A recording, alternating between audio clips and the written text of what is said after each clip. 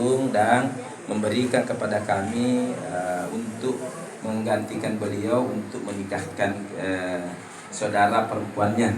Jadi tadi kita sudah dengar bersama bahwa beliau telah mewakilkan kepada kami untuk dinikahkan. Jadi ini bukan wali hakim, tapi ini wali nasab, karena ada nanti nasabnya, itulah nanti kami urus.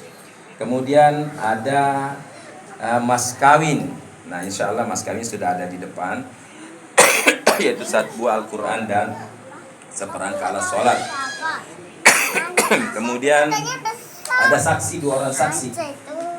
Nah, ini saya tanya siapa saksinya. Ini ada Ustaz Suparmin dan ada Om Handang. Ya, nanti itu akan tercatat nanti itu di Lauh Mahfuz, kemudian di KUA.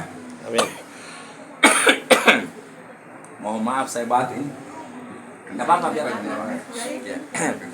Kemudian sedikit kami ingin mengisi sebelum acara ijab kabul, kami ingin memberikan nasihat kepada kedua calon mempelai dan kepada kita semua yang hadir tentang khutbah nikah. Jadi khutbah nikah ini tidak masuk dalam rukun nikah, tapi dia masuk dalam sunnah. Jadi mau diisi dengan khutbah nikah, tidak diisi, itu juga sah dalam pernikahan. Namun ada kesempatan sedikit, apakah Ustaz Suparmin bersedia atau saya? Lanjut. Ya, lanjut ya, diserahkan kepada saya. Jadi baiklah. Bismillahirrahmanirrahim. Innal hamdalillah nahmaduhu wa nasta'inuhu wa nastaghfiruh wa na'udzu billahi min shururi anfusina wa sayyiati a'malina. May yahdihillahu fala mudhillalah wa may yudlilhu fala hadiyalah. Asyhadu an la ilaha illallah wahdahu la syarikalah wa asyhadu anna Muhammadan abduhu wa rasuluh alladzi la nabiyya ba'dahu. Allahumma salli wa sallim wa barik ala nabiyyina Muhammadin wa ala alihi wa ashabihi wa man tabi'ahum bi ihsani ila yaumiddin, amma ba'd. Hadirin Bapak Ibu yang hadir dan kepada seluruh tamu undangan, wabil khusus kepada kedua calon mempelai yang berbahagia. Tentu segala puja dan puji hanya kita persembahkan kepada Allah dengan memujinya, memohon ampunannya, kita berlindung kepadanya dari kejelekan-kejelekan diri kita dan dari kejelekan-kejelekan amal perbuatan kita. Barang siapa yang diberi petunjuk oleh Allah, maka tidak seorang pun yang akan menyesatkannya, dan barang siapa yang disesatkan, maka tidak seorang pun yang akan mampu memberikan petunjuk ataupun hidayah. Kemudian selawat serta salam tidak lupa kita kirimkan kepada junjungan kita baginda Rasulullah Sallallahu Alaihi Wasallam, segala keluarganya, sahabatnya, dan tentunya kita semua para pengikutnya hingga akhir zaman. Sedikit nasihat kepada Anda berdua, bahwa dalam membina rumah tangga itu tidaklah mudah. Yang apa yang kita bayangkan tidaklah mudah dalam membina. Dan salah satu tujuan kita membina rumah tangga itu adalah bagaimana membangun keluarga yang besar, karena tentu berbeda antara dari pihak laki-laki dan pihak perempuan, masing-masing punya keluarga berasal dari dua dan berasal dari dua. Jadi seperti itu keluarga berkembang, ibarat multi level, seperti itulah perkembangan keluarga. Jadi kita tidak boleh saling menyakiti, karena pasti ada di antara keluarganya yang tersakiti. Seperti itu. Makanya dalam membangun keluarga itu tidaklah mudah. Oleh karena itu harus diperhatikan betul-betul. Bagaimana cara membangun keluarga menurut agama kita? Allah telah memberikan rambu-rambu.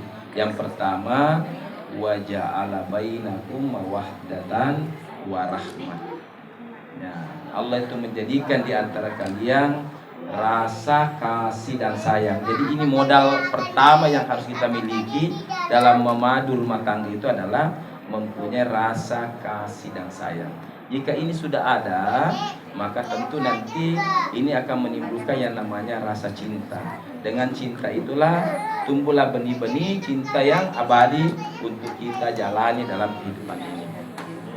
Kemudian yang kedua, dalam rumah tangga itu nantinya kita senantiasa jujur. Kata orang, tidak ada dusta di antara kita. Wa qulu qaulan syadida. Katakanlah perkataan yang benar, artinya kita harus jujur, tidak saling. Jadi kadangkala kejujuran itu tidak terjadi dalam keluarga, sehingga keluarga itu punya rasa was-was, rasa prasangka yang kadangkala tidak menentu. Nah, seumpamanya kadangkala suaminya berangkat ke sana, istri berprasangka jangan-jangan ini suami saya ini kemana-mana ini. Itu perlu diperhatikan. Jadi kalau kita saling percaya, kita tidak ada rasa was-was. Demikian juga suami kalau mau pergi bekerja, dia ikhlas meninggalkan istrinya, dia tidak punya prasangka apa-apa. Nah, di sini karena bisa juga terjadi itu yang namanya kalau sudah ada prasangka, sehingga kalau rumah tangga kita akan bisa jadi kacau. Kemudian yang ketiga adalah tingkatkan rasa syukur dan sabar. Karena rasa syukur ini sangat penting. Apapun yang diberikan Allah kepada kita, maka kita syukuri. Kalau penghasilan suami hanya sekian, kita syukurilah, karena insya Allah nanti Allah akan lipat gandakan. La in zakartum la azidannakum wa la in kafartum inna asyabil asyadid. Jadi ini perlu kita syukuri. Barang siapa yang bersyukur kepada nikmat Allah, maka aku tambah nikmat itu. Jadi kalau kita mau ditambah, maka bersyukurlah. Tapi jangan bersyukur satu istri. Karena kalau kita bersyukur satu istri, bisa Allah tambah istri kita. Jadi banyak jadinya. Jadi tidak usah disyukuri itu satu istri ya. Nah itu ya, cukuplah satu. Jadi, Bersabar satu istri. Jadi kemudian terakhir saya mau sampaikan pesan bahwa Anda berdua ini yang harus diperhatikan kepada kita semua juga yang hadir. Masalah yang muncul di keluarga itu sering keluarga itu cekcok ya. Sering juga kita mendengarkan ini, orang keluarganya cekcok terjadi. Wah si anu cekcok sih lagi keluarganya. Apa itu Nah, cek? penyebabnya itu cekcok itu hanya dua. Yang pertama cek, yang kedua cok. Jadi kalau ceknya kurang, itu bisa jadi masalah. Makanya kita itu harus banyak bekerja, memenuhi kebutuhan wanita. Karena itu kebutuhan, tidak bisa dipungkiri zaman sekarang kita butuh. Kita mau ke pengantin, mau ganti baju lagi istri, pusing kepala pikirkan, ya kan? Nah, meskipun dia jahit sendiri, nah, sebenarnya kan gitu, ya kan? Nah itu, ya. Nah kemudian, itu perlu finansial, perlu kita bekerja. Kemudian coknya, nah perlu juga, karena kalau nggak ada coknya itu kan kemesraan itu kurang. Nah perlu kan namanya kemesraan itu dibuat cok.